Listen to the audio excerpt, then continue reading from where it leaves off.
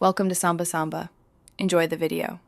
You start by choosing your core principle, mechanical paradox loop or quantum phase stabilization. Gather a power source, 12V battery or equivalent, precise clock, and insulated chassis. Once done, build the temporal coil, wind 200 turns of copper around a non-magnetic frame, space coils by 2 mm, and secure with epoxy.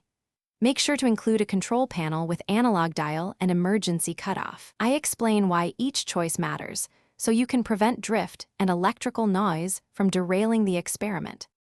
Once the coil is stable, align the resonant cavities, calibrate frequency to match the clock reference, and phase lock them to within 1 degree. You solder low-loss RF connectors, install shielding, and route grounding to a single point to avoid loops. Then program the timing sequence.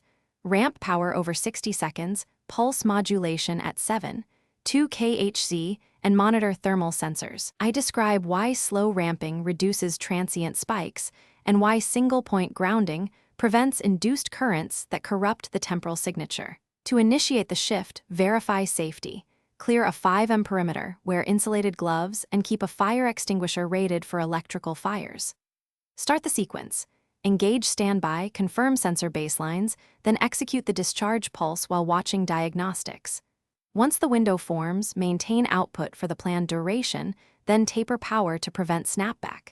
If readings deviate, abort immediately and isolate power. Troubleshooting tip: if no effect appears, check for phase misalignment between coils and recalibrate phase to exact matches.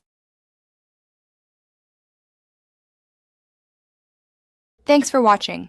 Consider subscribing if we helped you.